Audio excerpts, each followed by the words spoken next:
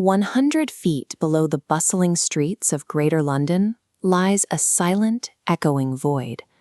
Down here in the absolute darkness, emerging from the shadows of this ancient geology, is a rusted infrastructure spanning 22 miles.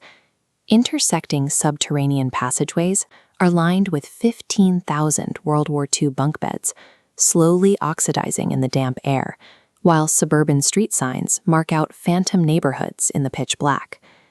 The oppressive silence of this cavern is a stark contrast to its history. 80 years ago, those standing in this exact spot would have heard the faint rhythmic thud of high explosives, tearing London apart far above on the surface. This deep geological void provided the physical footprint for a survival strategy that saw thousands of Londoners through the 20th century's most destructive aerial bombardments. This geological cross-section of suburban Bromley shows the foundation of the labyrinth, a massive deposit of Upper Cretaceous chalk resting 100 feet beneath the soil. The soft, structurally stable material holds immense weight, allowing for wide galleries that require no additional support. The earliest phase of this excavation began with early medieval Saxon workers. They hacked into the hillsides to extract raw chalk, creating the first shallow, winding network of tunnels that would slowly creep deeper into the earth. Between the 17th and 19th centuries, industrial demand for agricultural lime and brick-making led to the creation of the massive Roman section, a misnomer used by later Victorian observers to describe miles of new, deep-level mining. By the mid-19th century, heavy extraction ceased. The surface world rapidly industrialized, and the original industrial purpose of the labyrinth sleeping beneath the estates was largely forgotten by the public. When the Victorians eventually rediscovered the caverns, they brought their era's deep obsession with antiquarianism and the occult with them. They looked at the dark, winding corridors and projected ancient myths directly onto the blank chalk walls. Finding deep water shafts and carved blocks, antiquarians misidentified the industrial mine as an ancient Druid sacrificial temple. This interpretation turned a functional industrial void into a mythological space in the public consciousness. In 1914, the surface world introduced a new threat to Britain. German Zeppelins drifted across the English Channel, introducing aerial bombardment to the civilian population and rendering traditional ground defenses useless. These raids posed a catastrophic hazard to the Royal Arsenal at Woolwich. As the primary munitions factory for the British Empire, a single direct hit on the site would have leveled the industrial sector and its tens of thousands of workers, crippling the war effort. The British Ministry of Munitions needed a bomb-proof magazine. They quietly requisitioned the 22 miles of deep, dry chalk passages at Chislehurst, retrofitting the forgotten mines into a high-security military installation. Under the cover of darkness, 1,000 tons of volatile cordite and high-explosive shells were systematically moved underground and stacked along the dry chalk walls. The camouflage was absolute.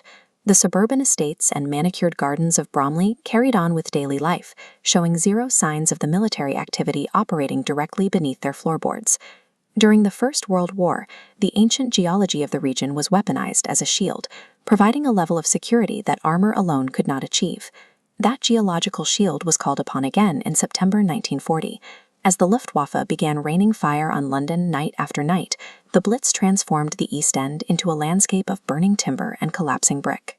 Thousands of East Londoners sought refuge in the deep chalk labyrinth, descending into the exact same corridors that once held the military's explosives. This map traces the rapid conversion of these tunnels into a municipal network, housing 15,000 people every single night. Engineers installed an electric lighting grid, bored massive ventilation shafts, and plumbed sanitation lines directly through the rock. The sprawling void developed the functions of a city. The caves were assigned a dedicated police force, a ticket booking office to manage the 15,000 bunks, and a fully recognized postal address to keep families connected. Cultural life persisted in the dark. Londoners built a subterranean cinema, an underground chapel, and laid down dance floors where live bands played loudly enough to drown out the muffled vibrations of the air raids above. A 200-bed underground hospital, staffed by Red Cross nurses and doctors, provided the medical infrastructure needed for the dense population. treating both physical injuries and the psychological toll of the Blitz. Even as high explosives fell on the streets above, life continued to renew itself in the depths. Several mothers gave birth to a new generation inside these chalk caverns while air raids were in progress. These children received Chislehurst Caves as their official place of birth on their British birth certificates, a permanent legal record of the tunnel's transformation into a living city. When the bombs stopped falling, the subterranean city was rapidly abandoned. The electric grids were powered down, and the beds were left to rust as the surface world focused on rebuilding in the post-war era. The labyrinth experienced a revival in the 1960s. The acoustics of the chalk voids were repurposed as an underground venue for rock bands, drawing massive crowds of teenagers deep into the tunnels. Over the centuries, these 22 miles of Upper Cretaceous chalk have been carved by the Saxons, hollowed out by industry, romanticized by myth, and utilized for covert defense.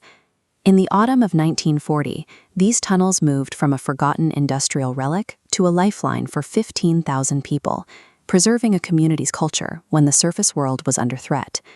Chislehurst Caves proves that extraordinary chapters of human resilience and survival are often resting quietly just beneath our feet.